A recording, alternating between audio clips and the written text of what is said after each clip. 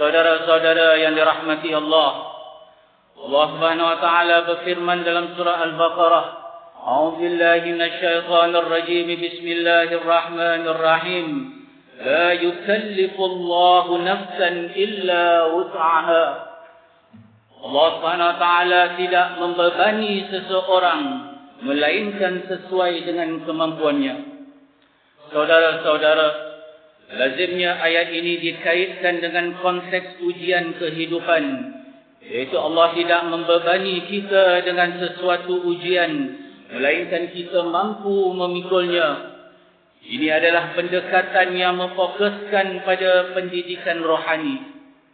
Pada masa yang sama, para ulama tafsir terdahulu seperti Imam Al-Qurtubi dan Imam At-Tabari berpandangan bahawa ayat ini merujuk kepada kemampuan seseorang melaksanakan sesuatu ibadah yang disyariatkan. Kemampuan inilah yang dirujuk sebagai istita'ah dalam urusan ibadah. Saudara-saudara yang dikasihi, konsep istita'ah yakni berkemampuan atau berupaya itu terkandung dalam setiap rukun Islam selepas 2 kalimah syahadah. Sebagai contoh, kita diharuskan solat dalam keadaan duduk sekiranya tidak mampu untuk berdiri. Dalam ibadah puasa, seorang yang sakit dikecualikan daripada berpuasa. Ibadah zakat pula hanya diwajibkan ke atas mereka yang mempunyai kemampuan dan menepati syarat-syarat haul dan nisab zakat. Manakala dalam ibadah haji, dia hanya diwajibkan apabila seseorang memenuhi keupayaan fizikal, mental, keuangan dan pengurusan perjalanan. Semua ini menunjukkan bahawa rukun-rukun Islam memudahkan kita untuk beribadah. Tidakkah ini menjadi bukti keluasan rahmat Allah Subhanahu wa taala? Saudara-saudara, Allah Subhanahu wa taala mengingatkan kita tentang keterbatasan manusia dan keluasan rahmatnya dalam surah An-Nisa. Yuridullahu an yukhaffifa 'ankum wa khuliqal insanu dha'ifa. Allah hendak memberikan keringanan kepadamu dan manusia itu diciptakan dalam keadaan lemah. Saudara-saudara yang dirahmati Allah, apabila kita berdepan dengan kesukaran mengerjakan ibadah kerana tiada atau kehilangan kemampuan, penting untuk kita mengingati 3 perkara berikut. Pertama, istita'ah adalah sebahagian daripada ketentuan Allah. Seseorang boleh kehilangan keupayaan fizikal, kestabilan kewangan atau kemampuan mental pada bila-bila masa.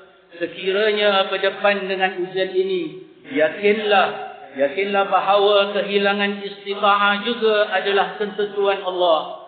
Seorang mukmin tidak menghadapi ketentuan Allah dengan rasa tidak puas hati.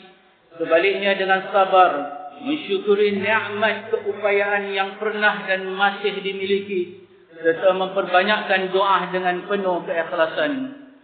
Yang kedua, kekurangan istita'ah tidak bermakna kekurangan peluang beramal. Kehilangan kemampuan untuk melakukan sebahagian ibadah tidak bermakna seseorang tidak dapat mendekatkan diri kepada Allah. Manakala mempunyai kemampuan, tidak semestinya seseorang berada begitu dekat dengan Allah. Contohnya, seseorang yang tidak mampu melakukan ibadah korban kerana faktor kewangan tidak bermakna peluang pahala terlepas daripada jangkauannya. Kemungkinan sifat sabar, syukur dan keikhlasan dalam ibadah lain tidak kurang hebatnya pada pandangan Allah Subhanahu wa taala. Yang ketiga, kekurangan istita'ah bukan bermakna kekurangan kasih sayang Allah. Ada yang mungkin merasakan dirinya kurang dicintai Allah apabila dibandingkan kemampuan diri sendiri dengan orang lain. Keterbatasan dalam ibadah, seperti hilang keupayaan fizikal untuk mengerjakan haji, setelah gilirannya yang dinanti-nantikan tiba, kadangkala dikaitkan dengan tanda hilangnya kasih sayang Allah. Waliya'udhu billah. Dan kefahaman sebegini sama sekali tidak tepat. Dalam situasi ini, Yakinlah bahawa hanya Allah yang mengetahui hikmahnya. Barangkali ia berlaku untuk menyucikan hati kita, memperingat kealpaan yang tidak disedari atau mempersiapkan jiwa sebelum lebih mampu, lebih banyak lagi pintu rahmat dibuka. Dan seandainya kita tidak mampu memahami hikmahnya, yakinlah bahawa Allah Subhanahu wa taala Maha mengetahui apa yang terbaik untuk kita.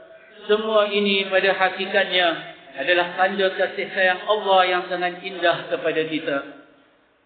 Saudara-saudara, bersesuaian dengan tibanya musim haji, mimbar ingin mengingatkan bahawa ibadah haji hanya diwajibkan kepada mereka yang memiliki istita'ah, yakni kemampuan dari segi fizikal, kewangan, mental dan juga pengurusan. Sesungguhnya ibadah haji itu pada hakikatnya adalah undangan daripada Allah. Sekiranya undangan tersebut masih belum kelihatan, janganlah kita terputus asa daripada rahmat Allah. Janganlah pula kita bersangka buruk padanya. Dan ingatlah pada sepotong hadis qudsi yang bermaksud, aku Allah sebagaimana sangkaan hamba-Ku padaku, dan aku bersamanya ketika dia mengingatiku. Saudara-saudara yang dirahmati Allah, sebagai penutup, marilah kita panjatkan doa kepada Allah Subhanahu wa taala agar sentiasa diberikan peluang dan istita'ah, yakni kemampuan untuk beribadah dan melakukan kebaikan dengan semampunya dan sebaiknya. Pada masa yang sama, ulurkanlah juga doa agar jamaah haji di tanah suci sentiasa berada di dalam naungan Allah Subhanahu wa taala dan dijauhkan dari sembarang keburukan.